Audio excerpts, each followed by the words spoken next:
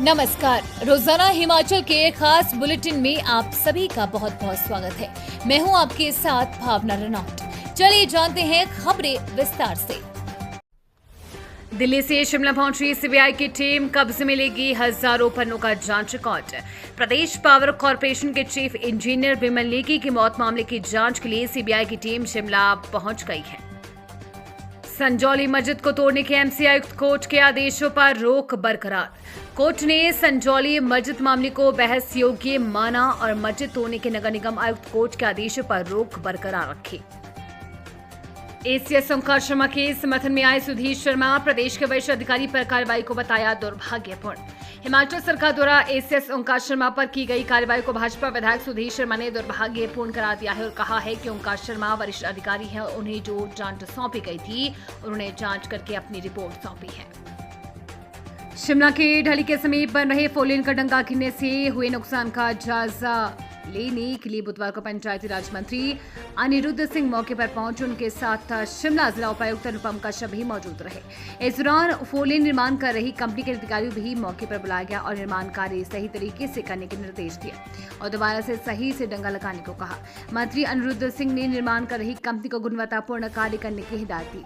स्थानीय निवासी ऋषि राठौर ने कहा कि फोरलेन निर्माण के लिए कंपनी द्वारा गुणवत्ता को ध्यान में नहीं रखा जा रहा है और मिट्टी के डंगे लगाए जा रहे हैं, जिससे एक डंगा बीते दिनों गिर गया था, जिससे उनके बगीचे को काफी नुकसान हुआ है और अभी भी डंगों के गिरने का खतरा बना हुआ है, जिससे यहाँ पर लोग डर के साए में रह रहे हैं। उन्होंने कहा कि कंपनी को कई बार इसको लेकर कहा गया है, लेकिन कंपनी द्वारा देने यानी कि दंगे लगाने में लीपापोती की गई है, जिसके चलते ये आप गिरना शुरू हो गए हैं।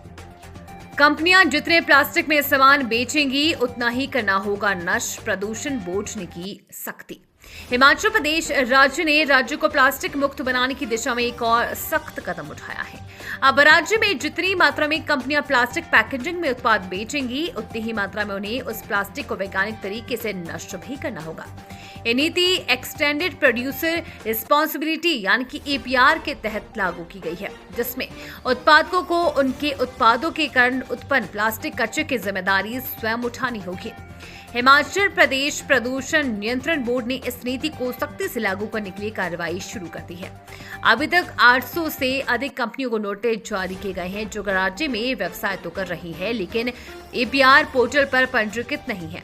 यदि ये कंपनियां तय समय सीमा में पंजीकरण नहीं कराती और कचरे के निपटान की जिम्मेदारी नहीं निभाती तो उनके खिलाफ 1 लाख रुपए तक का जुर्माना लगाया जा सकता है।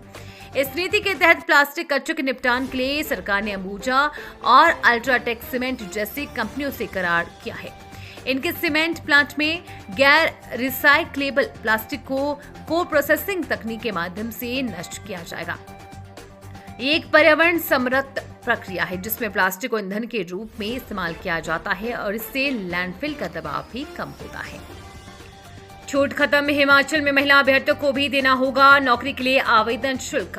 राज्य चयन आयोग हमीरपुर ने अपनी पहली भर्ती की अधिसूचना जारी कर दी है। इसे आयोग की वेबसाइट पर अपलोड आवेदन शुल्क को सार्वजनिक किया गया है। सरकार गांव के द्वार कार्यक्रम के तहत बंजार के शर्ची पहुंचे मुख्यमंत्री, यहां किया रात्रि ठहराव। कुल्लू जिले में बंजार विधानसभा क्षेत्र के शर्ची गांव में पूर्व सैनिक सूबेदार अनूप राम के घर रात्रि ठहराव किया। उन्होंने शर्ची ग्राम पंचायत के 5 महिला मंडलों को 1-1 लाख रुपए प्रदान करने की घोषणा भी की। 14 कंपनियों के माध्यम से होगी 6,297 प्री प्राइमरी शिक्षकों की भर्ती, इन्हें मिलेगी प्राथमिकता।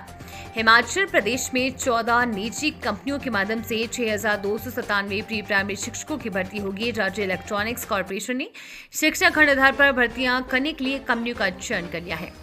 कंपनियों की ओर से अब प्री प्राइमरी शिक्षकों की भर्ती करने के लिए खंडवार विज्ञापन जारी किए जाएंगे। जून के पहले सप्ताह से भर्ती प्रक्रिया शुरू हो सकती है। 21 से 45 वर्ष की आयु के 12वीं कक्षा में 50% अंक प्राप्त करने वाले हिमाचली भर्ती के लिए पात्र होंगे। नर्सरी टीचर ट्रेनिंग करने वालों को भर्ती में प्राथमिकता मिलेगी। चयनित होने वाले शिक्षकों को 10,000 रुपए मासिक पारिश्रमिक मिलेगा।